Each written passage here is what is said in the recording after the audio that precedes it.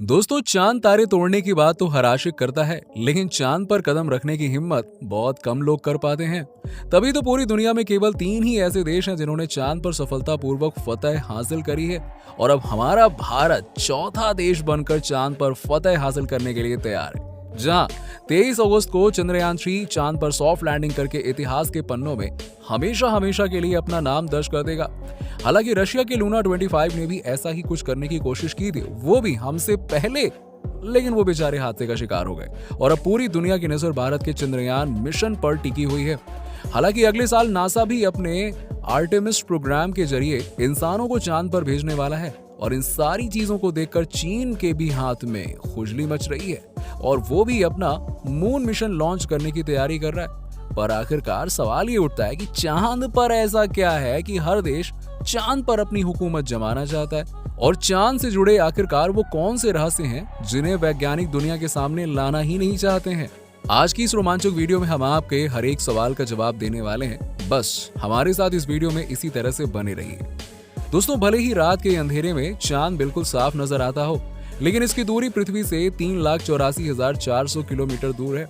और भारत के चंद्रयान 3 को चांद की सतह पर पहुंचने के लिए 42 दिन लग रहे हैं, क्योंकि हमारा ये स्पेस मिशन डायरेक्ट चांद की तरफ आगे नहीं बढ़ रहा है, बल्कि इसने पृथ्वी की ग्रेविटी से होते हुए चांद की ग्रेविटी तक पहुंचकर फिर चांद की सतह पर कदम रखने का फैसला किया है। अगर देखा जाए तो ये रास्ता वाकई में बड़ा किफायती है, लेकिन यकीन मानिए इस रास्ते से जाने के लिए 30 लाख किलोमीटर की दूरी तय करनी पड़ी है। लेकिन अगर हम अमेरिका और रूस की तरह सीधा रास्ता अपनाएं तो इस रास्ते से हमें चांद पर पहुंचने में 4 से 5 दिन का समय लगेगा। अब मान लीजिए कि कोई एस्ट्रोनॉट स्पेस क्राफ्ट में बैठा है, तो उसका लैंडर जब आपको चांद पर उतारेगा तो आपको सबसे पहले अपना स्पेस सूट पहनना होगा, क्योंकि चांद पर वातावरण धरती के जैसा बिल्कुल भी नहीं है। वहां पर ऑक्सीजन नाम मात्र की भी नहीं है। और यही वजह है कि चांद की सतह पर उतरने से पहले आपको स्पेस सूट पर लगे ऑक्सीजन सिलेंडर का सहारा लेना होगा, ताकि आप जिंदा रहने के लिए सांस ले सकें। और स्पेस सूट धारण करने के बाद जब आप चांद की सतह पर कदम रखेंगे तो आपको लगेगा कि आपका वजन काफी कम हो गया है, क्योंकि चांद की ग्रेविटी हमारी अर्थ से 6 गुना कम है।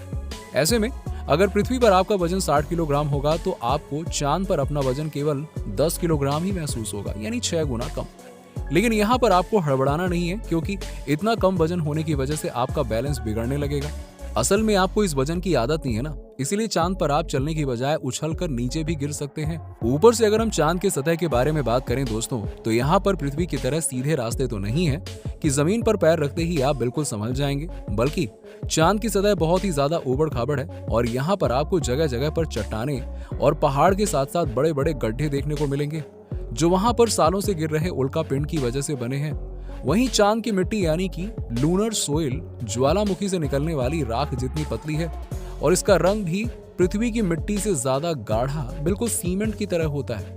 इस मिट्टी में खुरदुरापन ना होने के कारण आप जैसे ही इस पर कदम रखेंगे आपके पैरों के निशान इस पर बनने लगेंगे। और यही कारण है कि जब चांद पर सबसे पहला कदम नील आर्मस्ट्रांग ने रखा था तो उनके पैरों के निशान आज भी वहां पे मौजूद हैं। उनके ही नहीं बल्कि 12 एस्ट्रोनॉट के पैरों के निशान आज भी चांद पर बने हुए हैं।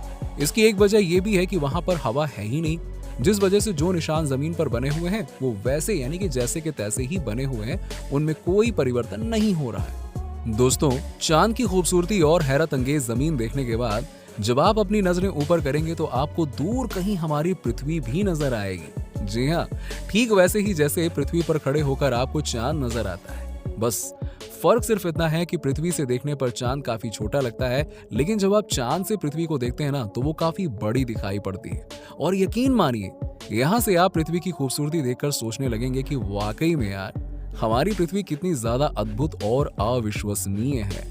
दोस्तों, ये तो चांद के नॉर्मल लैंडिंग की बात हो गई, क्योंकि जब आप चांद के उत्तरी ध्रुव पर लैंडिंग करेंगे तो नजारा कुछ और ही देखने को मिलेगा। जहां आसपास सालों पहले यहाँ फैले हुए स्पेस मिशन के स्पेस क्राफ्ट और सैटेलाइट के टुकड़े के साथ साथ प्लास्टिक बैग में भरा हुआ कूड़ा कचरा भी देखने को मिलेगा, जिसे नासा के उन 12 एस्ट्रोनॉट ने फेंका है जो चांद पर गए थे। क्योंकि जब नासा ने अपने अपोलो मिशन के दौरान 12 एस्ट्रोनॉट को चांद पर भेजा था तो जाहिर सी बात है कि इतने लंबे दिनों के सफर में उनके मल मूत्र और खाने पीने से लेकर हर एक चीज का कूड़ा कचरा निकला होगा, जिसे उन्होंने चांद में फेंक दिया था। और अगर आप चांद के दक्षिणी ध्रुव पर उस जगह पर उतरते हैं जहां 4 साल पहले चंद्रयान 2 क्रैश लैंड होकर गिरा था, तो आप देखेंगे कि वो अभी भी वैसा का वैसा ही पड़ा हुआ है।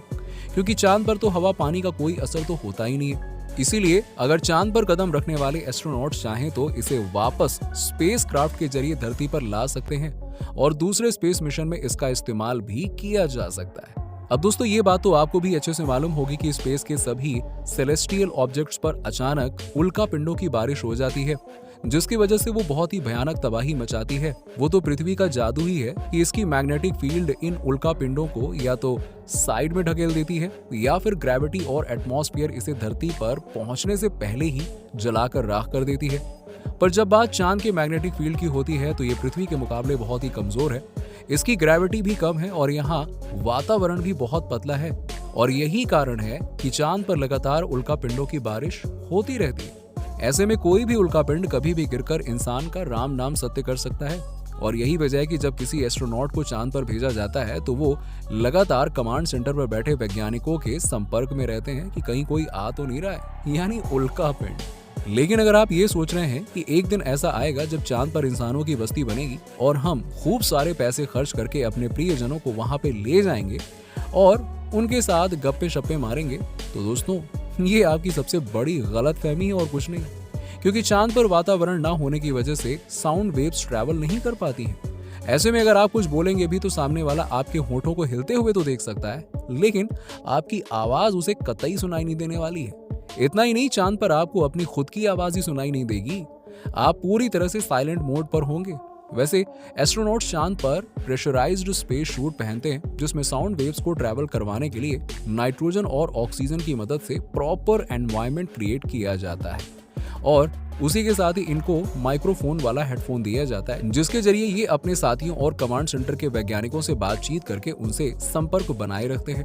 और दोस्तों जब आप चांद पर अपना सारा काम करके सो जाएंगे तो वहां पे आपको जगाने के लिए सूरज की रोशनी नहीं होगी, क्योंकि चांद को अपनी धुरी पर घूमने में पूरे 28 दिन लगते हैं, जिसके कारण चंद्रमा पर एक दिन 14 दिन का होता है और रात 14 रातों की होती है। ऐसे में अगर आप ये सोच रहे हैं कि 6 घंटे सोकर उठ जाएंगे और उजाला हो जाएगा, ये तो आपके सपने में हो सकता है, रियलिटी में नहीं। अगर वहां अंधेरे का समय चल रहा है तो वो 14 दिनों तक अंधेरा ही रहेगा और यही सबसे बड़ी वजह है कि चांद के इतने करीब पहुंचने के बावजूद भी चंद्रयान 3 मिशन 23 अगस्त को चांद पर लैंड करने के लिए तैयार होगा, क्योंकि इसी दिन वहां पे सूर्योदय होगा और उजाले में लैंडिंग ज्यादा आसान रहेगी।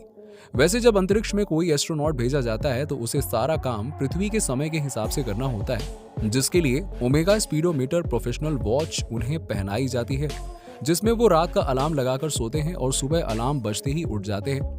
बाकी आप इस मिशन के सफल होने को लेकर कितने ज्यादा एक्साइटेड हैं, कमेंट सेक्शन में कमेंट करके बताइए और इसी तरह की वीडियो देखते रहने के लिए हमारे चैनल को सब्सक्राइब करना मत भूलिएगा। मिलते हैं आपसे अगले वीडियो में।